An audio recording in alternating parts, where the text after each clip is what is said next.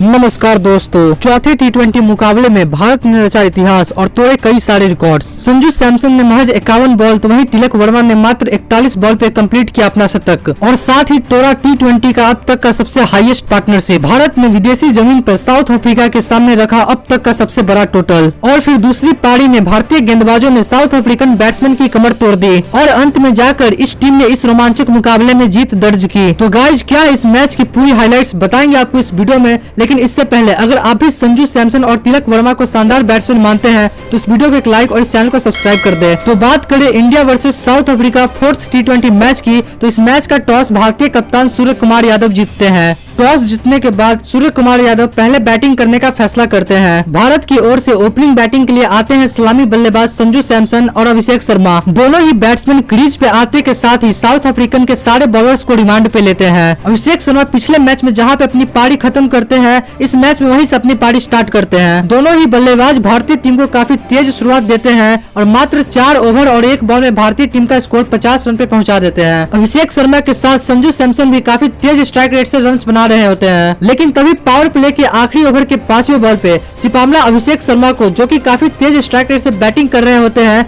36 रनों के व्यक्तिगत स्कोर पे आउट कर देते हैं और इस प्रकार से भारत को 73 रनों पे पहला झटका लगता है। भारत का स्कोर पावर प्ले के बाद 1 विकेट के नुकसान पे 73 रन हो चुका था। अभिषेक शर्मा के आउट होने के बाद क्रीज पे संजू सैमसन का साथ निभाने आते हैं पिछले मैच के सेंचुरियन तिलक वर्मा। तिलक वर्मा ने जिस अंदाज में पिछले मैच में बैटिंग की थी, आते के साथ उसी अंदाज में फिर से बैटिंग करने लगे। दोनों ही बैट्समैन फियरलेसली मैदान के चारों ओर शॉट लगा रहे थे और मात्र 8 ओवर 3 बॉल में ही भारतीय पारी को 100 रनों के पार पहुंचा दिया। 10वें ओवर के पहले गेंद पे संजू सैमसन ने मात्र 28 गेंदों पर अपना अर्धशतक पूरा किया। 10 ओवर्स के बाद भारतीय टीम का स्कोर 1 विकेट के नुकसान पे 129 रन हो चुका था। दोनों ही बल्लेबाज एक एक करके साउथ अफ्रीकन बॉलर्स की कुटाई कर रहे होते हैं और भारतीय टीम का स्कोर 12वें ओवर में ही 150 रनों के पार पहुंचा देते हैं। इसके बाद 14वें ओवर के तीसरे गेंद पे तिलक वर्मा मात्र 22 गेंदों में अपना अर्धशतक पूरा करते हैं। 14 ओवर और 1 बॉल के बाद भारतीय टीम का स्कोर 200 रन पे पहुंच जाता है। जिस प्रकार से दोनों बल्लेबाज बैटिंग कर रहे थे,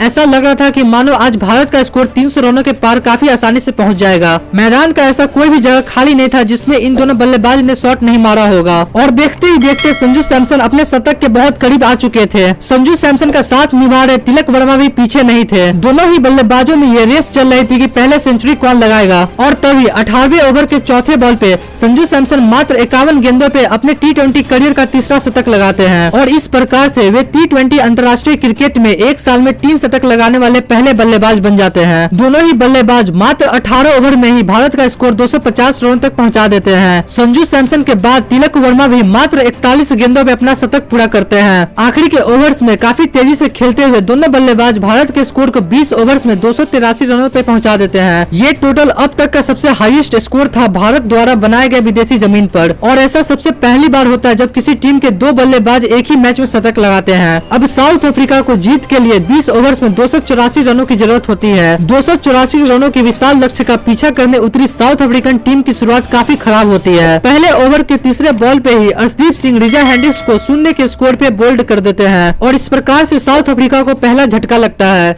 रिजा हेंड्रिक्स के आउट होने के बाद रिकल्टन का साथ निभाने आते हैं एडन मार्करम, लेकिन अगले ही ओवर में हार्दिक पांड्या रिकल्टन को 1 रनों के स्कोर पे आउट कर देते हैं। रिकल्टन के आउट होने के बाद एडन मार्करम का साथ निभाने आते हैं ट्रिस्टन स्टब्स, लेकिन फिर तीसरी ओवर में एडन मार्करम को भी अर्शदीप सिंह 8 रनों के व्यक्तिगत स्कोर पे आउट कर देते हैं। मार्करम के बाद बैटिंग के लिए आए हेनरिक क्लासन को अर्शदीप सिंह पहली ही बॉल पे एलबीडब्ल्यू आउट कर बिना खाता खोले पवेलियन भेज देते हैं। क्लासन के आउट होने के बाद क्रीज पे स्टब्स का साथ निभाने आते हैं डेविड मिलर। दोनों ही बल्लेबाज साउथ अफ्रीकन पारी को संभालते हैं और पावर प्ले के बाद साउथ अफ्रीका का स्कोर 30 रनों तक पहुंचाते हैं। दोनों ही बल्लेबाजों के बीच में काफी अच्छी पार्टनरशिप हो रही होती है, लेकिन तभी वरुण चक्रवर्ती डेविड मिलर को 36 रनों पे आउट कर इन दोनों का पार्टनरशिप तोड़ देते हैं। डेविड मिलर के आउट होने के बाद स्टब्स का साथ निभाने मार्को यानसन आते हैं, लेकिन फिर अगले ही ओवर में रवि बिश्नोई ट्रिस्टन स्टब्स को भी 43 रनों पे एलबीडब्ल्यू आउट कर देते हैं। इस समय साउथ अफ्रीकन टीम का स्कोर 13वें ओवर में 6 विकेटों के नुकसान पे 96 रनों पे होता है। इस समय क्रीज पे 2 नए बैट्समैन मार्को यानसन और सिमलाने होते हैं, लेकिन फिर वरुण चक्रवर्ती अपने आखिरी ओवर में सिमलाने को भी मात्र 2 रनों पे चलता कर देते हैं। सिमलाने के आउट होने के बाद मैदान पे बैटिंग के लिए आते हैं जेराल्ड कोटजिया। इसके बाद सूर्य कुमार यादव अक्षर पटेल को पहली ओवर डालने को देते हैं और फिर अपने पहले ही ओवर में अक्षर पटेल पटेल जेराल्ड कोटजा को 12 रनों के स्कोर पे आउट कर देते हैं। इसके बाद बल्लेबाजी के लिए केशव महाराज आते हैं,